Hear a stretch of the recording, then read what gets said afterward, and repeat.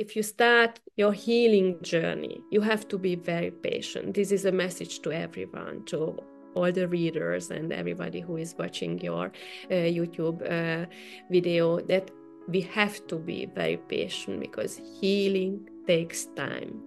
Healing a transgenerational trauma is a very long journey, but we have to start with it. And let's be the one who is changing the future. I'm very excited, and I'm so thankful because I'm honored to have today my first international guest on my podcast and my YouTube channel. Thank you that much for being my guest, Noémi Orvos-Tóth. Hello to you. Hello, Yvonne. Thank you very much for the invitation. It's my pleasure to be your guest.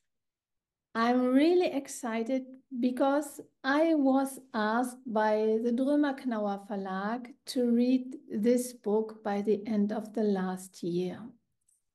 And it touched me. It touched me that much that I asked you, could you imagine to be my guest in the podcast? And I thank you so much that you said yes.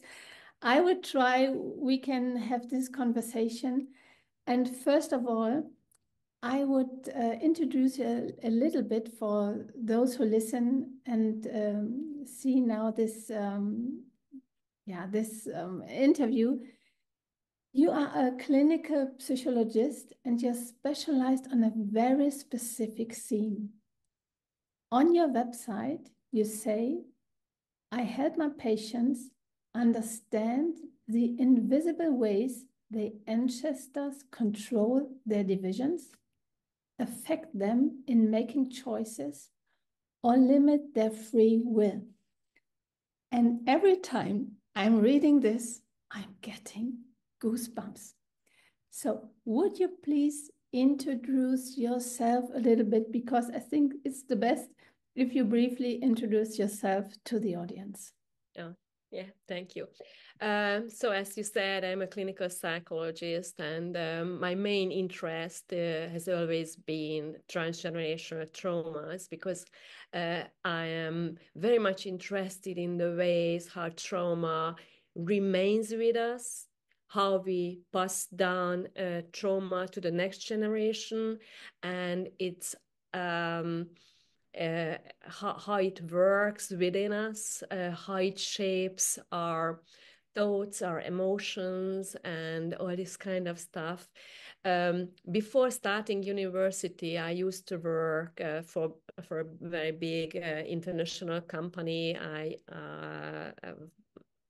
Back in the 90s. And then working there, I realized that I'm not at all interested in making business. I'm very much interested in shaping the future. And I think the best way in shaping the future is by helping people understanding themselves, understanding their past, understanding their parents, understanding their life. And this was, I vividly remember a moment when I decided, yes, this is the time.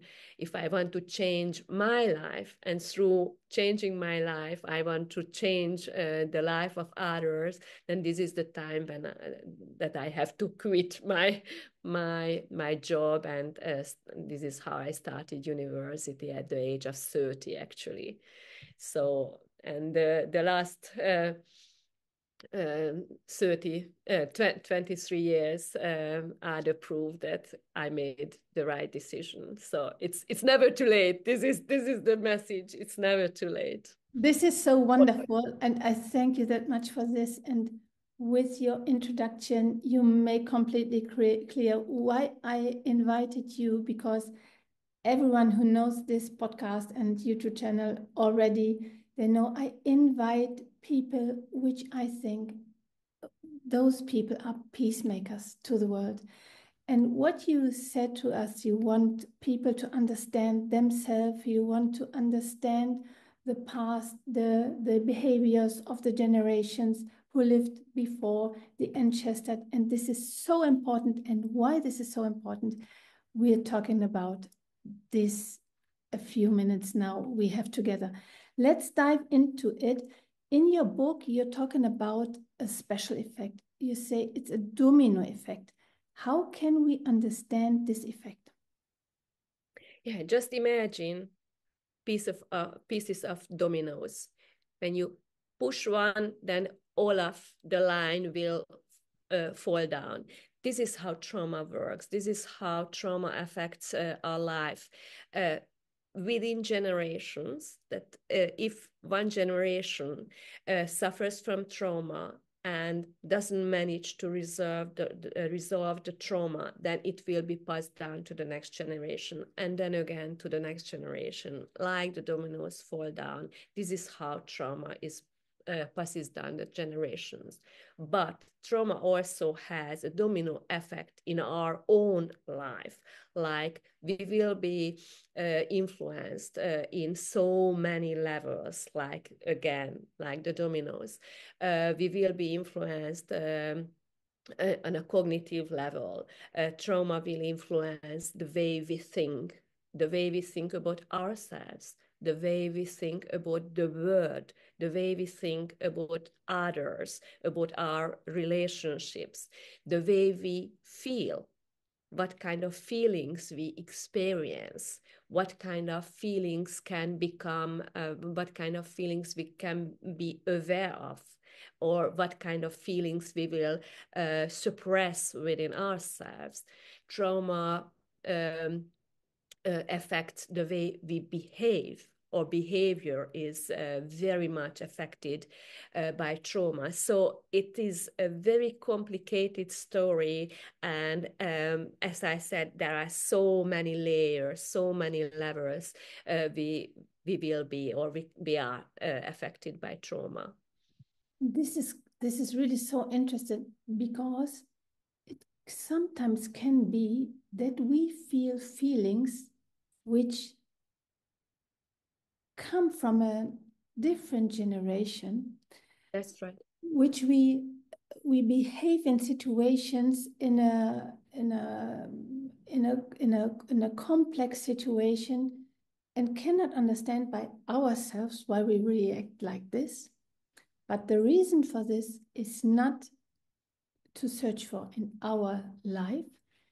We have to look to the generation that lived before, and it can be that the reason lies in lives before. Is this right?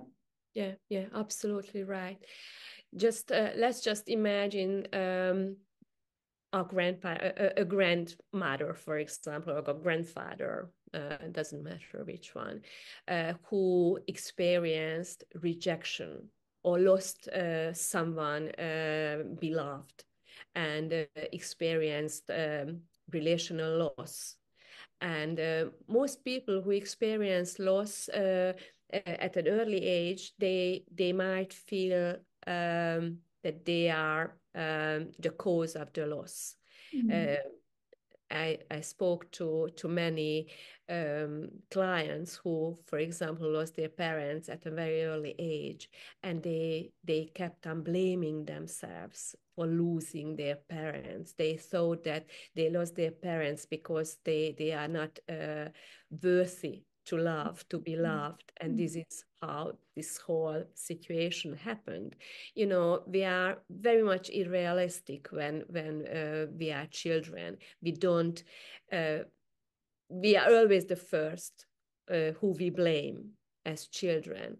And if you experience loss of love or rejection, then you might internalize this thought, and it also shapes the way you think about yourself. It creates an altered identity. You think that you are someone who cannot be loved. So, and this will shape your whole life. It will shape your choice, for example, in a relationship, who you choose. You might choose a very neglecting partner because this is what you feel. This is the feeling you know. Rejection is the feeling you very much know. And this will then shape the way you will behave as a parent, and this will shape the future of your children. So a neglected grandparent can have an influence on the life of their grandchildren. The loss of safety, for example, is another very good example. If safety is lost in one generation and it never becomes restored, then this feeling will be passed down the next generation. Mm-hmm. Safety doesn't only mean a safe home, okay, roof over your head. It also means the ability to feel comfortable. Yeah, and feel connected. Yeah. This is what you also said, that someone who experienced a trauma loses the one very special feeling, security. Security, that's right. Yeah, and when you lose security, then you're not sure of nothing. That's right. It's a constant earthquake underneath your feet. Yeah. This is how you can imagine this. A slight earthquake, but the ground is always moving. You never know how to find balance. And just imagine living like this. And it's always there. And you don't even know that it's there. You are unconscious because this is your reality. You think that this is how the world is. So you don't even realize it consciously that you lack of security. The sense of you're living in full stress. You're living in full stress the whole time, not recognizing it that you're living in stress. Yeah, that's right. That's right. You said something very important in the book. You say that it's very important to different between traumas and also stress. Yeah, every day. It's a stressful situation. True. Would you kindly explain once again the difference and why this is so important to make this difference in reaction on the body and this feelings and also this behaviors? Stress is a natural event. Trauma is not. Stress is something, it's a challenging situation. For example, when your adrenaline and cortisol level rises, but then you find a way to cope with the situation and then you go back to normal. You calm down, you find your balance again. Let's say an example of a stressful situation, for example, an argument with your husband, your wife, one of your co-workers. This is a stressful situation, but you don't stuck in the situation. You kind of get very, very tense, but then you try to find a way. And in most cases, in the stressful situations, you sooner or later will find a way of coping with the situation. Okay, either avoiding the situation the next time or trying to find a way how to communicate better with the certain person you had a fight with or an argument with. So you find the solution because in your list of solutions, there is something which fits into this situation and it can help you to cope with the situations. It might take time, but eventually you will find the solution. Versus in case of traumas, the situation is so serious, is so threatening that you don't find the way of coping with the situation. And this is why trauma leaves you helpless, hopeless. It kind of steals your sense of security, your sense of worthiness, your sense of Yeah, the most important is security, and you feel that the situation is much bigger than you can cope with. And whereas stress comes and goes, trauma stays with you. It also alters your brain, how your brain works. Your amygdala, your limbic system, your hippocampus will be altered through trauma. And these are the main differences between stress and trauma. Of course, stress can be chronic, and then it can hurt you on many different levels, like psychologically, mentally, and physically. But it's very much different and from trauma.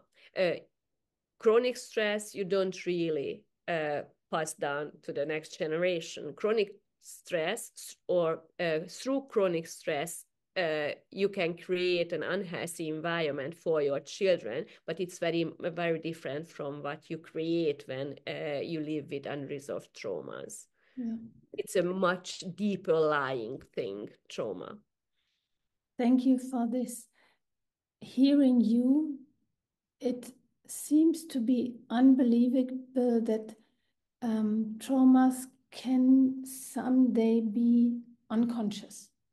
Oh. That in one generation experienced, 2 generations later, that they can be unconscious. Yeah. This is why you also mentioned in your book, it's so important to look and to search sometimes for family secrets. Oh, yes. Family secrets is a big word. Would you please give us an idea of such a secret that can affect generations later? Is there a possibility to let us have an idea of this? So first of all, we have to understand how secret works. Yeah. Let's just imagine when you try to keep a secret, what do? You keep distance. And just imagine a family where someone is keeping a secret. It creates distance among family members. So you are not forming intimate relationships within the family, because in your interest is the distance is the distance better serves your interest of keeping secrets. Because if you get too close to someone, you might reveal your secrets. So this is why you try to keep a bigger distance within the family. And just imagine the person you keep the secret from. The person doesn't know that you create the distance because of the secret. The person thinks that you created the distance because you don't love them. You don't want to be with them. You don't adore them. You don't want to be with them. And of course, it influences their sense of self-worth. Okay, if I think that I'm not loved by my mother, for example, Yeah. then just imagine how my self-worth and my personality is built up. There will be lots of weaknesses. Yeah.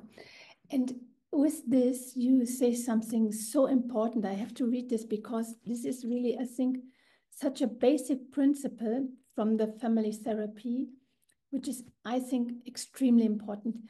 You say that it is always important to look for the parent who is behind the children's symptoms. Yeah. You also say that children are always the symptom carrier for the family system. Would you please explain this in connection with this family secrets? Because sometimes I think that children live in an unconscious way, in a destructive way, probably such a family secret, but nobody knows. Perhaps also not the mother or not the father or the generation before. Very important that we children don't know, they might not know the secret, but for sure they will feel that there is a secret. And this is how the feeling will create their symptoms, not the knowledge itself, not the facts. They might not know the fact, but they feel everywhere in their body that there is something wrong. There is something something is there, and they feel it in their body. They are very much open. Children are still very much open to signs of emotions, signs of shame, because, you know, in most cases, we keep secrets we are ashamed of. We think that if we would reveal the certain secret, then people would look at us in a different light. First of all, we have to trust our children because they know a lot. They are, many times we think that these are just children. And we don't think how much they see, how much they feel from the world. So our children are very, very smart from a very early age. When they arrive into a family, they feel it straight away. The atmosphere of the family, they feel straight away. They feel the way we touch them, whether there is honesty, there is openness, there is security. They feel it with every little part of their body. And if we try to lie to them, they will feel it. And if we are insecure, they will feel it. They will feel it on their skin, in their heart, in their brain, everywhere. So this is why it's very important. If there is an unresolved trauma, we have to be very careful, and we have to, it would be much better to start by healing our wounds before getting our children. But if not, if we haven't started yet and we already have children, then in the sake of our children, we have to start healing ourselves so that we can heal our children. Our children don't want a perfect world, but they want parents who are open, who are willing to face the truth, who are willing to start a journey of healing. And with this, we can heal together. We can heal our lives, the lives of our children, and also the lives that will come and which were. I think with a healed look into the past, it sometimes it opens our heart again when hearts were closed in relation to special family members. When hearts are healed, it's sometimes really very, very it fills our body and our heart, and this is such a good feeling when we have the possibility to have this opportunity. And we not only heal ourselves, but as we said, we can heal the next generation, but we also can heal our ancestors. For example, when I started my healing journey, it was the time when I started to have really meaningful and deep conversations with my grandmothers. They were still alive, 90, and it was, you know, it was so overwhelming, emotionally overwhelming to have these conversations with them, because at the first in their life, they were able to talk about their experiences they went through in their childhood. And, you know, both of them said to them, you know, it was so far away. It was long ago, and I thought to myself, no one is interested in my memories. Mm. I thought they are worthless, they are useless. And now that we started to talk about them, I now feel that they are really mine and they matter. Mm. And it's such a good feeling what we can give to, or even very old grandparents, parents, the feeling of worthiness, Yeah, but they it was might have never felt. it was the same with me. I had also this deep and really, really very important conversations with my grandmother, for which I'm so thankful. Really, she died a few years ago, but this is still such an important thing. Yeah, Yeah, I'm it gives you yeah, strength. It's yes, important. They for are the whole life, for the whole life. gone. Yeah, yeah, yeah. Yeah. Is there are there special feelings, or are there special defense strategies Strategies. which, Yeah. yeah, which can give us a sign or an indicate that there is something we should look for, or which we can heal, or that there is a family secret? Are there special Mhm. things? Yeah. For example, if you feel numbness, emotional unavailability, Yeah. then you should think about or look for family secrets, Yeah. because if there is a secret, as I said, the distance grows, and if there is distance, then you learn not to feel what you feel, because uh, to feel what you feel, you need someone who is very close to you. But in Mm. families, keeping a secret, there is always a very strange family dynamics where people feel numb or disconnected from Mm. their emotions. They don't learn Mm. how to cope with emotions. Mm. They only learn how to suppress their emotions. This is the only way. So if you feel numb, emotionally numb, this Mm. might be a sign. If you rather think than feel, people Mm. who, for example, say, I'm a thinking person and not a feeling person, Yeah. it might also be a sign. If you are Yeah. very proud of your rational thinking, Mhm. and you just neglect emotions, you think that feeling emotions is a sign of weakness, Yeah. it might be a sign that you grew up in a family which had some issues with secrecy. Very interesting. Very, very interesting. Are there Mm. some question one can ask him or herself that can help to reflect? Mhm. Mhm. Yeah.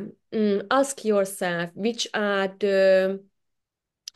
the repeating patterns in my life emotionally? What are the situations I am triggered by, for example?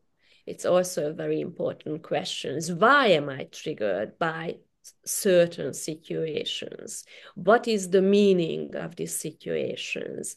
What are the repeated relationship patterns I keep following? I don't want them, but I keep repeating them. Um, what are the situations where I feel very anxious, or when I experience shame? How is my relationship to myself? Is it a healthy relationship?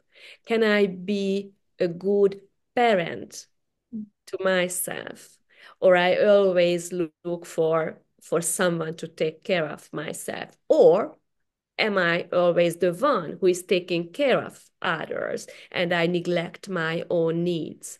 So these are the questions uh, we should ask ourselves. Wonderful, wonderful, Noemi. I'm so thankful um, for this inspirations and for this uh, discussion, because I think that it's so important for the whole world to dive into our past, to heal the now for a better future to have.